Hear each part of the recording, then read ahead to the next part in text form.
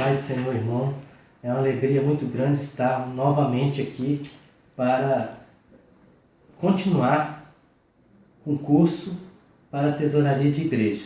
No módulo 3, nós vamos falar agora do fechamento do relatório financeiro. É muito importante essa etapa do fechamento, porque o fechamento é onde o tesoureiro presta conta para a igreja de tudo que aconteceu dentro daquele mês. Nós estamos falando de um mês. Então, o mês começa no dia 1º e termina 30 ou 31, dependendo do mês do ano. Então, o relatório financeiro tem que retratar o que aconteceu. Se você está fechando o relatório de junho, vamos supor, tem que relatar o que aconteceu de 1º a 30 de junho. Você não pode misturar os meses. Tem tesoureiro que, eu só fecho o relatório dia 15, aí pega dia 15 do mês até... Está errado. Não pode ser assim. A contabilidade não vai fechar. O relatório não vai ser de acordo com a contabilidade e a igreja vai ficar perdida. Meses misturados. Não pode. O mês é tudo que aconteceu de 1º a 30 ou 31 de cada mês. Então, eu tive um caso aqui, só para descontrair um pouco, de uma contabilidade que nós pegamos uma igreja para organizar a igreja. E nós não conseguimos entender o relatório da tesouraria. Não conseguimos. Aí eu falei assim, vou ter que chamar o tesoureiro para mim ver se eu consigo entender o que está acontecendo. Eu não consigo entender nada. Esse relatório não fecha com os documentos, não fecha com as notas, com o recibo, com as entradas, com a saída. Não fecha. Então, ele me explicou. Ele falou assim, não, irmão, sabe o quê? É porque o relatório não pode fechar negativo. Eu falei, é verdade. O saldo do relatório não pode dar negativo. Tem que sempre dar positivo ou zero, ou não ter nada. Né? O saldo não morre, ele continua. Porém, ele falou assim, então, eu sabendo disso que o relatório não pode dar negativo, o que eu faço? Eu coloquei... à medida que vai dando para lançar, eu vou colocando a nota. Então, o relatório dele tinha nota, ele estava fechando o mês de janeiro de 2016. Tinha nota de novembro de 2015, dezembro de 2015, janeiro de 2016, fevereiro de 2016 e março de 2016. Eu falei, mas como você conseguiu colocar todas essas notas nesse relatório de janeiro? Ele falou assim, porque eu vou acumulando as notas, depois eu vou colocando. Não faça isso. É completamente errado. Não tem como controlar uma tesouraria dessa forma. Ok? Então vamos lá. Vamos ver o que nós separamos. Então, o relatório financeiro é o equilíbrio, né, das entradas e das saídas. Entradas, receita da igreja, e saída, despesa da igreja. E é o equilíbrio, né? Essa balança tem que estar sempre equilibrada.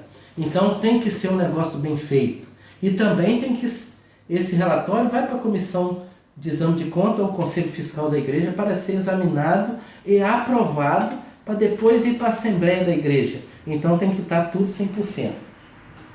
Então, primeira coisa que você deve verificar no fechamento do relatório é o saldo anterior. Tem tesoureiro que não se preocupa com o saldo anterior. O saldo anterior é o que sobrou. Vamos supor, deu o exemplo do fechamento do relatório de junho. É o que sobrou de 30 de junho para 1º de julho. Né? Então é o saldo anterior. São as verbas que sobraram. Essa verba pode estar em caixa, que guardado com o tesoureiro, ou no cofre da igreja, ou na gaveta do tesoureiro. Pode estar num banco depositado, pode estar numa poupança, pode estar numa aplicação, mas é o saldo anterior. Tem saldo. Né? Dificilmente a igreja tem 0 de saldo. Né? É muito difícil. Então, vamos lá. Então, você deve examinar o saldo anterior, porque o saldo anterior tem que bater, tem que dar continuidade, o saldo não morre. O saldo que sobra de um mês, ele vai para o outro mês o mesmo valor. centavo por centavo. Como vimos, quando se faz o controle das contas da igreja na medida que for recebendo e pagando. Então, tem como saber qual é o saldo da igreja, não é verdade? A qualquer momento.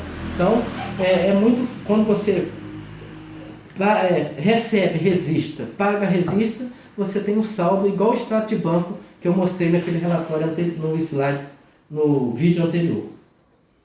Quando fechar o relatório do mês, o relatório do mês não necessariamente ele tem que fechar dia 30, né? Mas não significa que o tesoureiro tem, não, eu vou trabalhar até meia-noite, dia 30 para fechar o relatório. Não, você está demonstrando o que aconteceu na igreja de 1º a 30. Você pode fechar dia 5, dia 6, dia 10, né? Mas você vai demonstrar para a igreja o que aconteceu, exemplo que eu dei, de 1º a 30 de junho. Então, fechar o relatório dessa forma. Para fechar o relatório, separe todos os documentos e organize conforme o relatório. Essa questão de separar os documentos é muito importante. Você vai separar todos os documentos do mês. Você, por exemplo, você tem uma pasta, aquelas pastas poliônica, né? Você guardar os documentos. Então você vai recebendo, vai botando as fichas ali dentro de recebimento. Vai pagando, vai jogando as contas autenticadas, recibadas ali dentro. No final do mês, para fechar o relatório, você vai ter que organizar esses documentos na sequência do relatório, para poder a comissão de exame de conta facilitar o trabalho de examinar. Ó, essa conta aqui, na primeira linha está aqui a conta, na segunda linha está aqui a conta, assim por diante. Então é importante organizar os documentos, né? Dessa forma. Faça o resumo das entradas. Como que é esse resumo das entradas? Vou mostrar.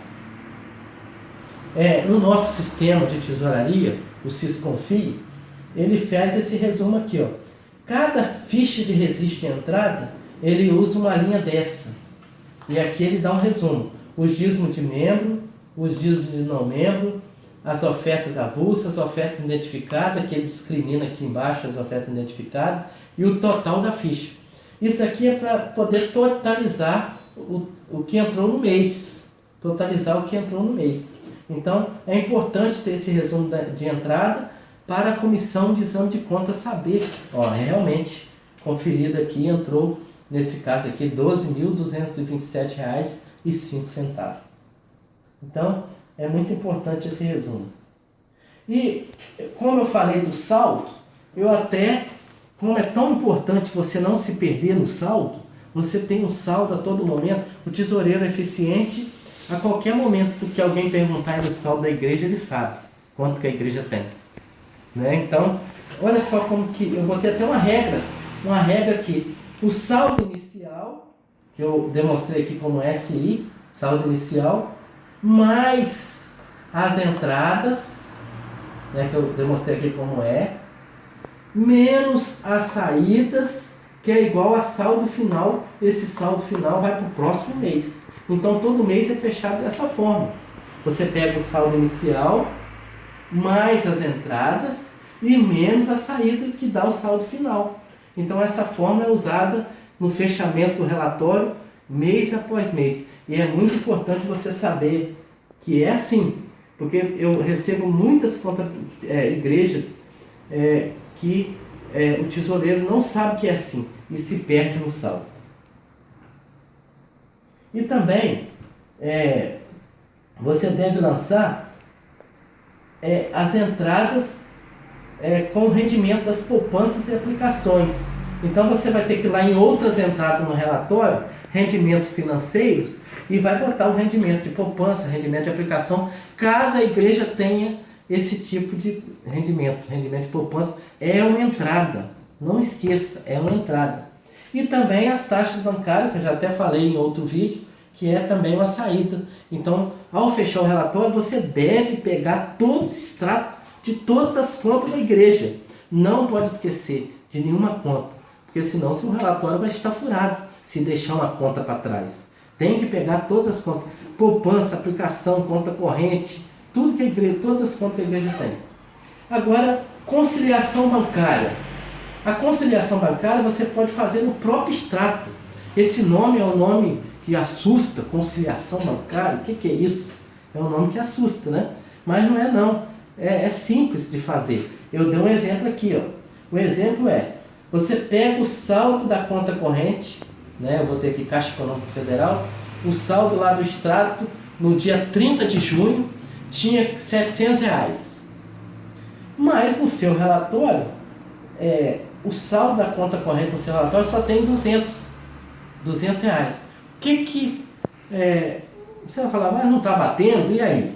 Não está batendo. Você vai fazer simplesmente isso daqui, ó.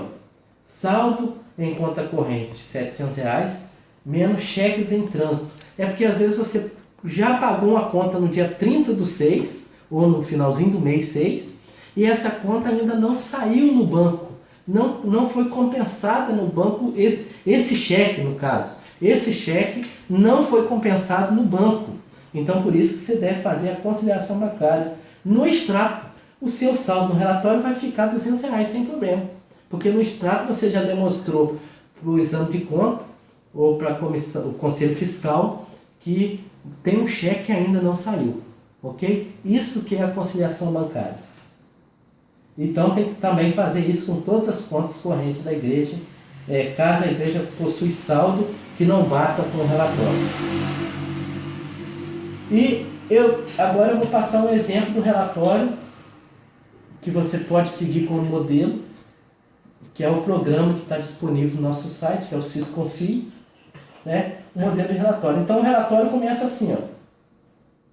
O nome da igreja, Igreja Evangélica do Ministério Modelo, CNPJ, cidade e tal. Relatório financeiro do mês 3, eu vou ter um exemplo aqui. Relatório financeiro do mês 3 de 2017. Começa sempre no lado das receitas, esse lado aqui é receita, esse lado aqui é despesa. Começa sempre com o saldo anterior. Então depois vem as entradas, dízimo de novembro, ofertas avulsas, oferta de construção, todas as ofertas, oferta de amor, oferta de campanha, tudo que tiver. Outras entradas, que aqui nesse exemplo não tem, mas tem aqui outras entradas. Aí o total de entrada do mês. Então, esse total de entrada do mês depois vai ser somado com o saldo anterior para fechar lá embaixo. No outro slide vocês vão ver. Vai fechar lá embaixo. Então, o lado da despesa. Geralmente a gente organiza, para organização, né, o programa também já organiza dessa forma. Ele organiza por grupo Ministério do Culto. Aí total, subtotal do grupo Ministério do Culto. Grupo de Evangelismo e Missões, subtotal do grupo de Evangelismo e Missões. Ministério e Eventos, também. Patrimônio e Manutenções, também. E assim por diante.